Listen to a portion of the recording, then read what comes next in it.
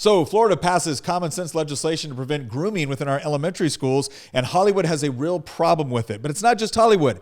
It's actually various teachers' unions and school boards all over the country. We're going to be talking about that and more, and I'm just going to give you a warning right up front. If you're listening to this with your kids in the car, your kids in the house, you're either going to want your kids to go into the other room or wait till you get home, because we're going to go over some graphic stuff. But the bottom line is you need to know what's going on within your kids' public school. All of that and more coming up on this episode of Making the Argument, where we make the arguments to defend a free society. Okay, so Florida passes what I affectionately refer to as an anti-grooming bill, which is essentially to say that there are certain topics and subject matter that may not be appropriate for your kindergartner or your second grader. So discussions about sex or discussions about all this, gender identity and things like that. They're essentially saying, look, just don't talk about it within your public schools with kids that young. There's no reason to do it. And of course, the Democrats then came out and said, well, this is the Don't Say Gay bill. Now, what's interesting is that nowhere in the bill did it say that. And if you've been paying attention, you've probably already heard this. But here's what I want you to understand about this legislation that I think is so important. It's the fact that Hollywood, Disney, teachers unions, school boards, they came out so hard against this and had to deliberately mischaracterize what the bill did in order to generate a particular reaction. So here's what I'm willing to bet. I'm willing to bet if somebody came up to you and said, hey, look, we're going to pass a law that says when it comes to discussing sex, not just homosexual sex or, bisexual, whatever, just sex in general. We're just going to say that, look, third grade and below, it's not an appropriate place for this to be talked about. And so we're just going to instruct our teachers that, look, these are not questions for you to tackle. These are questions that are best handled by parents. Or if there's an issue, you can, recommend, you can call, like, for instance, if a child brings up something that maybe suggests that they might have been abused or whatnot, obviously you can still, notify authorities and whatnot. But just as a general course, this is not what we're going to focus on, third grade and below. We're just not going to do it. It's not appropriate there. I'm willing to bet most people would say, okay, yeah, that seems fairly reasonable. But the left comes out and they mischaracterize it as the Don't Say Gay bill, even though that appears nowhere in the legislation. They call it the Don't Say Gay bill. And they say, well, that under this legislation, if a student had questions about their gay parents, the teacher wouldn't be able to talk with them about it. Okay, again, I think that's a ridiculous interpretation. But what I really want to focus on is this whole idea of the Don't Say Gay bill combined with what they did next, not just in Hollywood, but some schools were actually holding like pride parades within an elementary school, which, oh, by the way, parents are not allowed to show up to. The reason why they did this is because they're trying to get people that might have a potential issue with this or might have a potential problem with this to feel embarrassed and ashamed.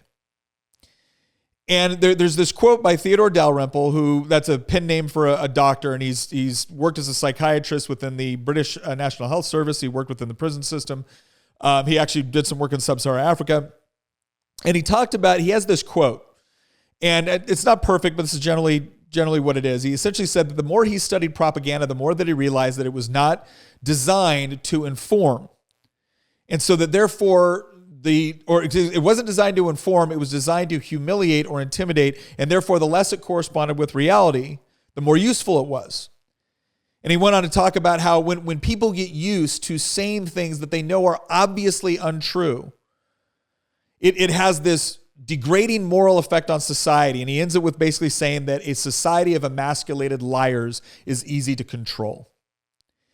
And the reason why I'm focusing on this particular point, it's not just what was in the legislation. It's not just, the potential issues that people could have had with it. It's this idea that the propaganda attempt was made in order to suggest that the only possible way you could agree with this legislation is that if you were some sort of horrible, homophobic, transphobic person, right? You're just a bad person that wants to pick on marginalized groups, and that's the only reason why you could have had any problem with that. And then they decided to mock you and make you feel stupid and silly by calling it the Don't Say Gay bill. And then what do they do? Well, Hollywood just obediently got on board and decided to do this. Disney obediently got on board and decided to do this. The problem is that now you're messing with someone like Governor Ron DeSantis, who's not going to take that lane down. And you have a number of other groups out there that have become far more prominent, whether it's Joe Rogan, whether it's Jordan Peterson, whether it's others, where now the media can't just simply ignore them, or you can't just ban them all. They have a platform to actually talk about what was going on. In addition to that, you now have millions of people that are on social media who are actually following this, reading the bill and saying, wait a second, there's something wrong with the way this is being depicted within the media. And since, MSNBC is not the way that most people get their news anymore, the other side of this was able to get out.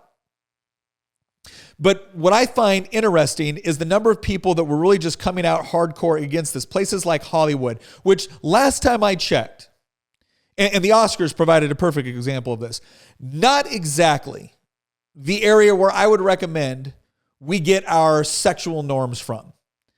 I mean, when you've got producers going to jail for sexual harassment and sexual assault, when you've got this culture which kind of makes a joke out of the whole casting couch and how if you're a young woman that wants to make it in Hollywood, you better be prepared to sleep with some fat executive that pretty much determines whether or not you're going to have a future in the place. When you're talking about the obvious pedophilia problem that we see, and we saw this with Kevin Spacey and others, they're the ones now lecturing us on what is appropriate to teach our children at third grade. And then the Democratic Party is just dutifully getting in line and saying, no, absolutely, yeah, this is horrible. Now, in case you thought it was just Hollywood, because I think all of us have been kind of, numb to the whole idea of, we realize Hollywood is kind of idiotic. I want to talk about this one site. It's called Libs of TikTok. And I love this site because what they do, you would think this was a parody account. It's not. What they do is they actually just take they take liberals on TikTok that have posted these various videos, and you would be shocked at how many of them are teachers. And all they do is repost it. They put it on Twitter, they put it on TikTok, and they just show you what the libs of TikTok, what liberals on TikTok are saying about various things. And they also show you what's actually going on in some of our schools. Like, so for instance, in Illinois, it's policy out there that children as young as 9 can be taught by their teacher about masturbation and gender transition. 9 years old. In Virginia, we had this debate all over again in Virginia. We said that, look, if there's going to be material for students and the lesson plan that is sexually explicit, and we used a specific code section with Virginia, if it's sexually explicit, we want you to give parents notification of this and be able to provide an alternative assignment. And we got accused of being book burners. We got accused of wanting to ban books. And we pointed out, nothing in this legislation bans books. We just say you got to let parents know. And if the parent's not comfortable with the particular book, then give them an alternative assignment. Now you're engaging in soft censorship because teachers aren't going to want to go through the extra trouble of finding a different book, so they're just not going to use that book. Oh, the horror. The horror that we might have a teacher that says, you know what? I was going to use this book, but it contains a lot of sexually explicit material, so now I'm going to use another book. Oh my, how will our education system ever survive under such a burden? And I pointed out when we were having this entire floor debate, I said, you know what, look, there's a simple alternative to this. We could have more school choice. And then if you want to send your kids to a school where they don't mind this sort of material, you can. And if somebody else wants to send their kid to a school where they don't use this sort of material, they can. But no, that's not good enough. And we're going to get into more of that later. But in case you thought that was as worse as it gets, no. In Texas, you had a parent get up and actually read, which was pretty pornographic material, which was available in the school library. Now, they came later and say, well, we ordered the wrong book. Okay, but it's still there. Are you going to remove it? And just so we hammer this point home a little more, in Westchester area school district, they had another book, and this was on Libs of TikTok. You can actually go and see it. And what it did is it showed a picture of 2 boys engaging in oral sex. This was in the school library. I think the book was called Gender Queer. And when they brought it up to the school board's attention, the school board essentially said that, well, this isn't pornographic. It may have some explicit material, but it's not pornographic. Can someone please tell me, how did we get to the point where we have pictures of 2 boys having oral sex available in the school library, where we have sexually explicit materials, where we're already dealing with the over-sexualization of our children in schools? And when parents say, we think this is too much, the response from the left, the almost unified response from the left, Not just talking about, the far extreme in Hollywood, but Disney. And essentially every Democrat politician steps forward and says, no, this isn't a problem. This pornographic material is not a problem. Teaching your third grader about masturbation is not the problem. No, you as a parent being upset or concerned with this, that's the problem.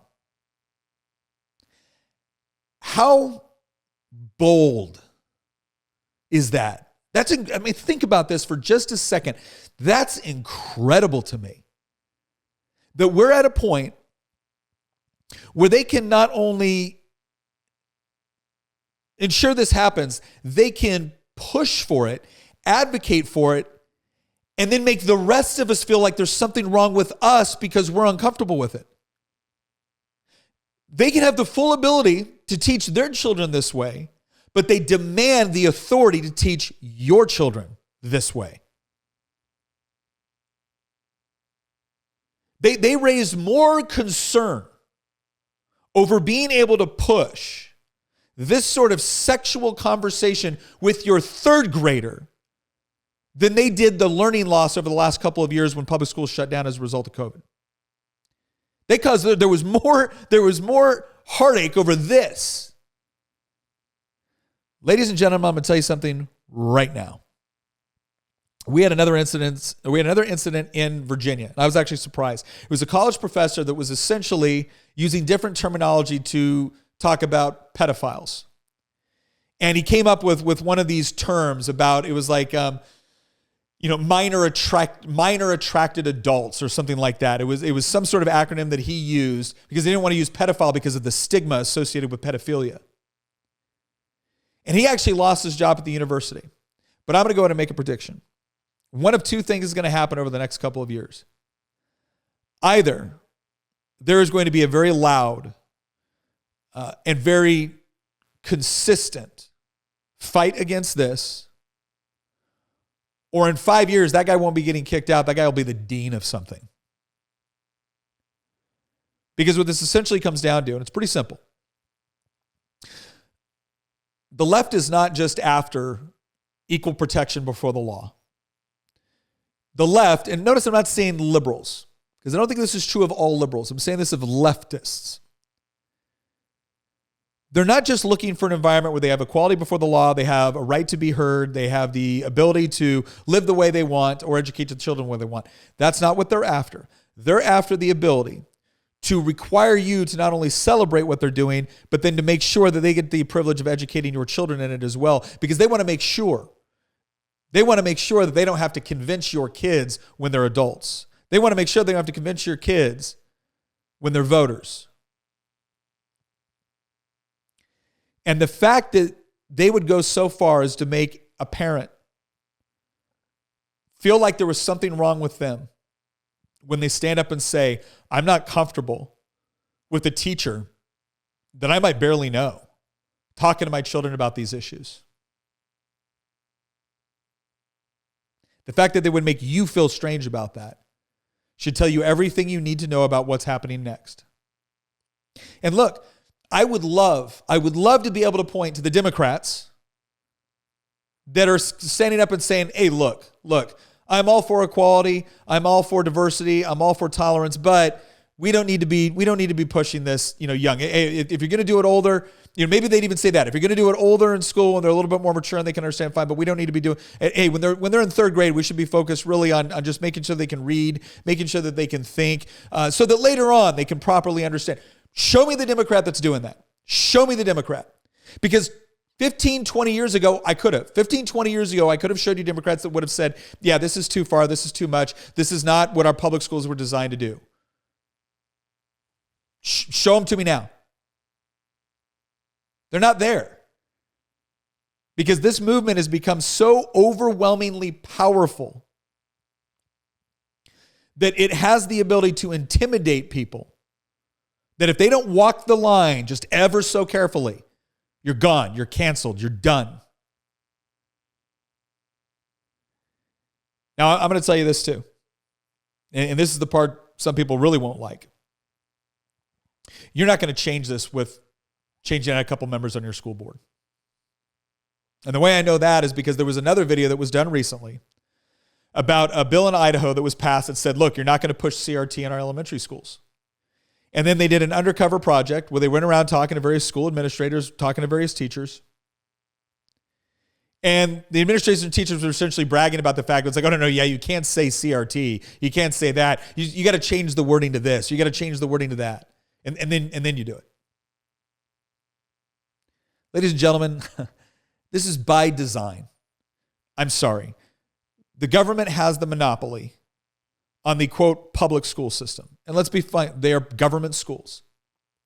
And within those government schools, you have some great teachers, and you have some great administrators, and you have some people, great coaches, and you have people working really, really hard within the system that we all grew up in. But the bottom line is the people going through college right now to get their teaching credentials are going to universities which are pushing this from day one. They are making education about CRT. They're making education about sexual orientation. Because these are cultural battles that they want to win, and the way they, and they're not incorrect. The way they've decided to win them is through the school system.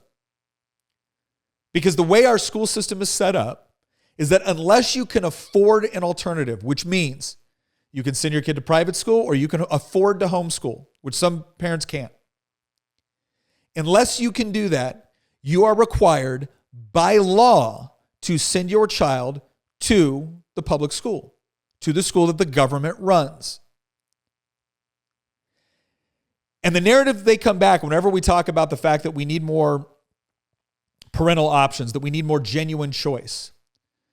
I had a Democrat colleague get up on the floor and basically tell me that I wasn't telling the truth. Because there's plenty of options within our public school system. There's governor schools and there's lab schools. And yeah, there's not many charter schools in Virginia, but there's some. And there's these other opportunities. You know what he was doing? He was listing off the other government options you might have access to. Not that you do have access to, that you might have access to under certain conditions. And it got so bad in Virginia that we actually had a federal judge come down and say that they had actually changed the policies at one of our schools to directly discriminate against Asian students. But when we call for greater choice, we're the bad guys. We're the racists. We're the bigots. We're ignorant. Here's my question. If you're going to continue to push this in our public schools to kids as young as 8 and 9 years old, the compromise is fine. All right. To all of you on the left that think this is appropriate and think this is wonderful and think that this is going to set your child up for success, you are free to continue to do it.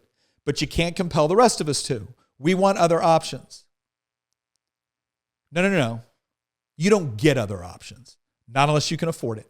Not unless you're wealthy enough to do what a lot of these Democrats do, which is send their kids to private school. No, you will send your child there for another reason that my Democrat colleague brought up on the House floor. And that is that education is not just about reading and writing and arithmetic. I refer to the student as the customers. He goes, it's not just an economic transaction. This is about teaching kids to become good citizens.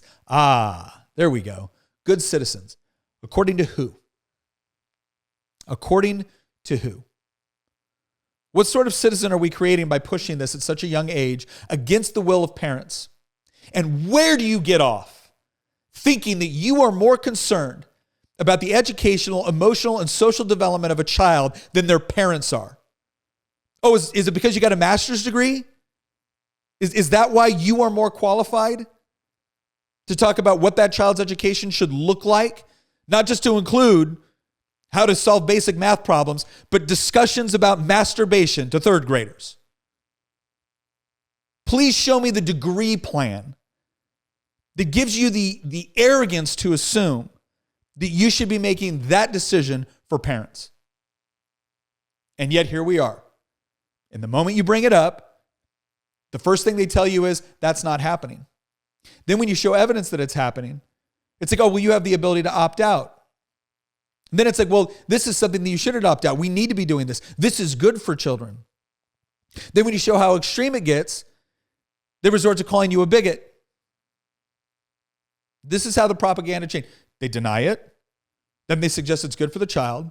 Then they suggest you're a bad person for not agreeing with it. Because after all, they're the experts. They're the elected officials. If you think you're going to change all that with a couple of elections, if you think you're going to change that by showing up to a couple PTA meetings, if you think you're going to change that by switching out your school boards, I got news for you. There's an entire system which has been developed to create an optimal environment for this sort of behavior. This did not happen overnight. This has been years of a particular ideology dominating not our public. That didn't start with dominating our public school system. It started by dominating the credentialing process whereby teachers can actually get into the classroom in the first place. And no, not all teachers buy into it. But when they are inundated with it, when they do what they try to do in Virginia, where they actually make this a part of the licensure process, that you have to go through certain cultural competency training, which ends up being heavily influenced by CRT. When Republicans say you got to let parents know about sexually explicit material, or you got to be able to opt in instead of opting out of some of this family, health education. And the Democrats say, no, you can opt out, but not opt in. We want your child to go to it unless you say no. We want your child to be exposed to this. And again, if you think I'm being crazy or hyperbolic, do me a favor. Go to my Twitter. You go to Nick4VA on Twitter. Go to my Twitter and look at the post that I made exposing some of this stuff that was coming out of our schools, and look at the left-wing response. Because it's either denial or it's suggesting that this is good for kids. This is necessary. This is needed. What sort of a person would not just think it was needed, but think it was the appropriate role of government to compel you to send your child to a school that would then indoctrinate them like this? And then when your response is, if you want to do that for your kid, fine, but I don't want it done for mine, the response is no, you will do it for your kid. Ladies and gentlemen, I'm sorry, but it is time for a significant change with respect to the way we look at the education of our children. And I'm not just talking about for some of the bad things that are happening. I'm not just talking about some of the things that we've seen with respect to the social environment within our schools, with respect to teachers pushing a particular political or social ideology on our kids, when their job is to make sure that they can do basic math and read. I'm talking about even a system which is demonstrated, especially in some of our poorest areas, that is failing students year after year, in some cases generation after generation, and the same politicians show up to defend it and just dig their heels in every single time we offer even the slightest ability of options. I had a bill this year in the Virginia General Assembly that said that if a principal had verified that you had been a victim of bullying and assault, you could go to a different school, and that there were funds eligible for that, funds that were provided by the private sector that would make you eligible, and predominantly it was to be able to move you to a different public school within the district. And because there was any possibility that you might choose a school outside of the public system, what the Democrats Senate in Virginia said was, nope. No, you're not allowed to take this option.